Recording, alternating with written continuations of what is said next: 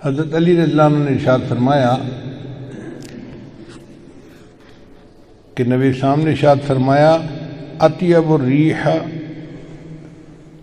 ریح فی الارض الہند، کہ سب سے اچھی خوشبو سرزمین ہند کی ہے۔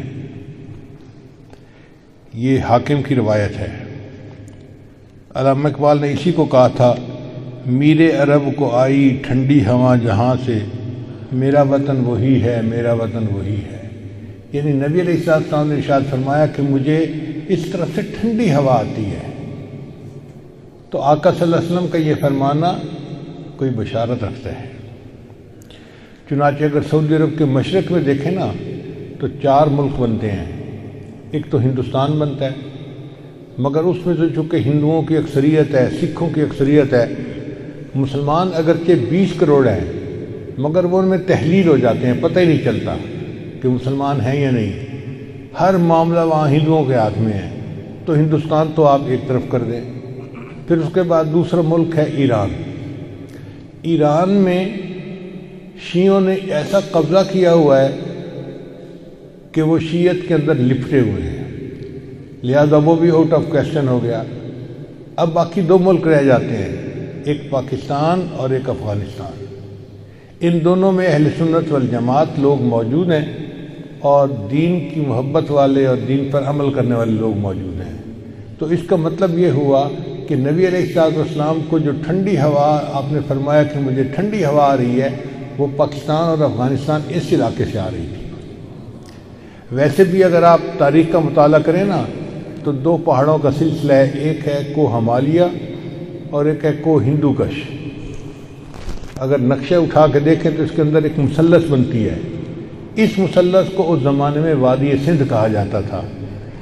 اگر ایگزیکٹ جگہ دیکھنی ہو تو جیسے ہمارے ہاں مالاکنڈ کے پہاڑ ہیں نا، وہ بالکل اسی کے اندر آتے ہیں۔ تو گویا نبی علیہ السلام نے فرمایا کہ مجھے اس طرف سے ٹھنڈی ہوا آ رہی ہے۔ ٹھنڈی ہوا کا کیا مطلب کہ یہاں سے دین کی محنت اٹھے گی اور بالآخر پوری دنیا کے اندر دین پھیلنے کا ذریعہ بن جائے گی۔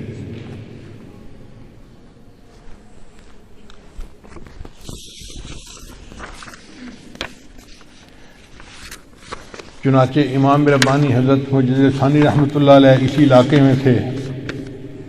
دارالعلوم دیوبند جیسی دینی درسگاہیں اسی علاقے میں، حضرت شیخ الہند رحمۃ اللہ جیسی شخصیت اسی علاقے میں، اسی علاقے میں تحریک خلافت اٹھی اور اسی علاقے میں تحریک ریشمی رومال بھی اٹھی۔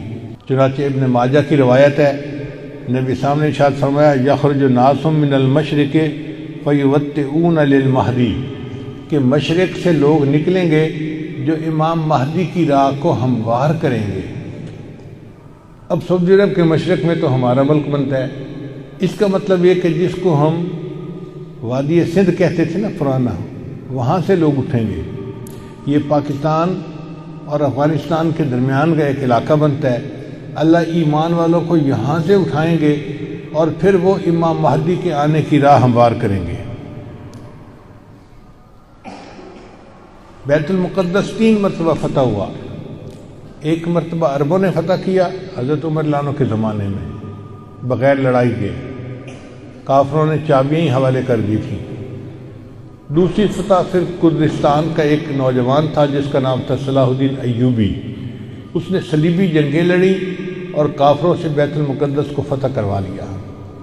اب تیسری مرتبہ وہ پھر فتح ہوگا اور ہمارا یہ گمان ہے کہ اللہ تعالیٰ یہ اعزاز پاکستان کے لوگوں کو عطا فرمائیں گے انشاءاللہ۔ اس ملک کو اللہ نے بنوایا ہی اس لیے ہے کہ اس ملک سے اللہ تعالیٰ نے ایسی فوج اٹھانی ہے، ایسے لوگ اٹھانے ہیں کہ جو دین کے لیے اٹھیں گے اور امام مہدی کی راہ کو ہموار کر دیں گے، ان کے لشکر کے فوجی بنیں گے۔